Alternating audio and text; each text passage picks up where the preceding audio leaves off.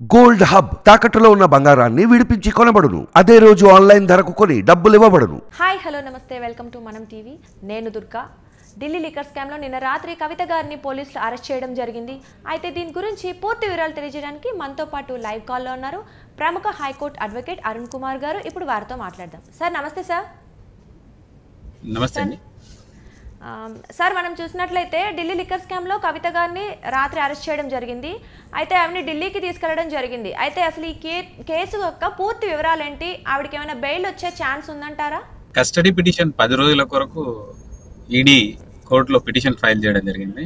ఒకసారి custody petition pending లో ఉంటే బెయిల్ కాబట్టి 10 రోజుల వరకు బెయిల్ వచ్చే అవకాశం అయితే లేదు.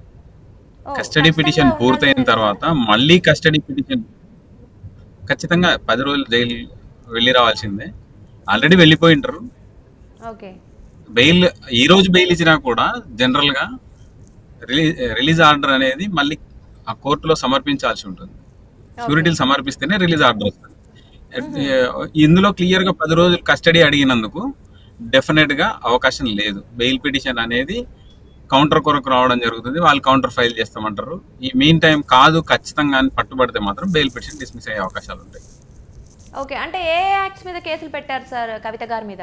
అది పిఎంఎల్ఐ, తర్వాత మనీ లాండరింగ్ లో డబ్బులు ఆ రాష్ట్ర పాలసీని మార్పించి ఉప ముఖ్యమంత్రితో ముఖ్యమంత్రితో కలిసి చేంజ్ చేసి రిటైలర్ వచ్చే డబ్బును పర్సెంటేజ్ను పెంచడం జరిగింది.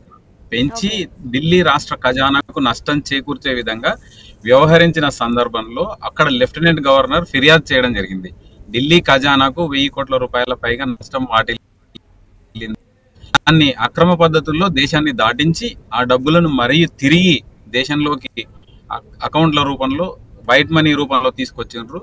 ఇది తప్పుడు చర్య అని చెప్పి ఈ ఐటీ శాఖ, ఈడీ, సిబిఐ ఈ కేసులో రంగంలోకి దిగి ఎంక్వైరీ చేస్తున్నాయి. మనకందరికి తెలుసు 22 అక్టోబర్లో ఈడీ ప్రశ్నించడానికి కవితను ఆశ్రయించిన కవిత ఇంటికి వచ్చిన సందర్భంలో వాళ్ళు సుప్రీంకోర్టులో ఒక పిటిషన్ ఫైల్ చేసిండ్రు. నేను కేవలం అనుమానితురాలనే, నాకు ఈ కేసుతో సంబంధం లేదు అన్నప్పుడు కేవలం మేము ప్రశ్నించదలుచుకున్నాం, మేము ఆమెను అరెస్ట్ చేయడం లేదు అని చెప్పి ఆ రోజు అండర్టేకింగ్ ఇవ్వడం జరిగింది ఈడీ.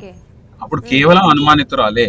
తర్వాత పరిణామాల్లో అక్టోబర్ 2023లో ఈడీ ఒక ఛార్జ్ షీట్ దాఖలు చేయడం జరిగింది. మరికొంతమందిని ముద్దాయిలుగా చేరుస్తూ అందులో కవితను కూడా ముద్దాయిగా పేర్కొంటూ ఛార్జ్ షీట్ ఫైల్ చేయడంతో సుప్రీంకోర్టులో తాను గతంలో వేసిన పిటిషన్ ఏదైతే ఉందో అది ఇన్ఫ్రాక్షన్స్ అంటారు దాన్ని, అంటే విచారణార్హత లేని పిటిషన్. అందులో కేవలం మ్యూచువల్ అండర్టేకింగ్ మాత్రమే ఉంది.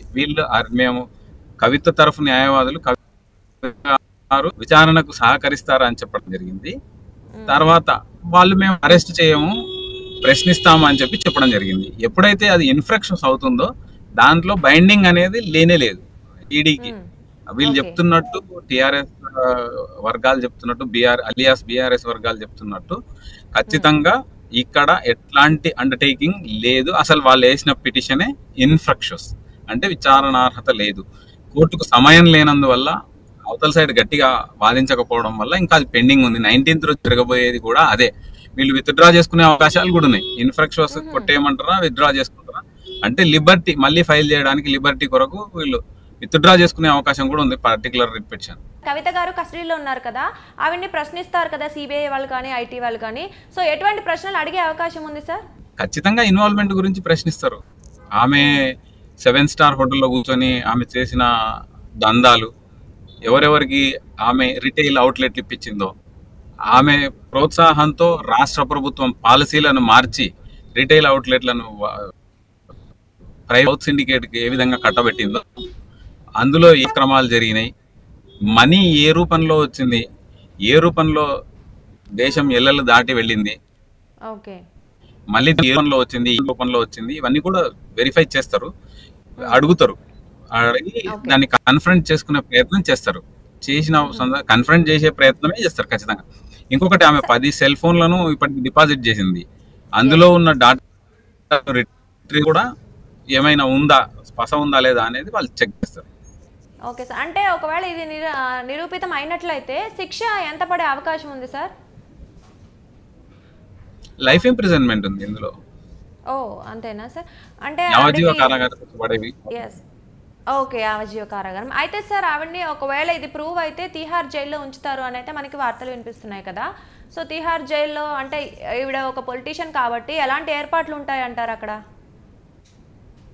ఈమె పొలిటీషియన్ గా అందులో వెళ్ళట్లేదు, ఒక నేరస్తురాలుగా వెళ్తుంది. ఎస్ బ్యారక్ అఫ్ 6 కి కోర్స్. పంపిస్తారు Tihar jail. Okay. Direct regular గా అందరికి ఎలా ఉంటుందో సో అలాగే పొలిటికల్ ఉంటుందా? ఏదైనా స్పెషల్ గా ఉంటుందా? అందరికి సామాన్యులకు సామాన్య స్త్రీ ఏదైనా పొరపాటు చేస్తే, సామాన్య ఓకే. వనిత పొరపాటు చేస్తే ఎక్కడ ఉంచుతారో అక్కడనే ఈమెను కూడా ఉంచుతారు. She no more a political prisoner కాదు కాబట్టి, ఆర్థికంగా నేరస్తురాలు కాబట్టి ఖచ్చితంగా ఓకే. బెయిల్ వచ్చే అవకాశం లేదు. ఈ 10 already she went to Tihar, వెళ్ళిపోయింది, ఇప్పటికే వెళ్ళిపోయింది అన్న ఎస్. విషయం. Yes sir. మొత్తానికైతే ఈ కేసులో కవిత గారి చుట్టూ చాలా ఉచ్చు బిగుస్తోంది అండ్ అందరూ ప్రశ్నించే అవకాశం కూడా ఉంది. చూద్దాం ముందు ముందు ఏం జరగబోతుంది అనేది. Thank you so much sir. ఉచ్చు బిగించలేదండి, ఇక్కడ ఊబిలో ఆమెనే చిక్కుకుంది. ఎవరు ఆవిడ ఉచ్చు బిగించలేదు, ఎవరు ఓకే. ఉచ్చు బిగించలేదు, తనంతల తాను ఊబిలో చిక్కుకుంది.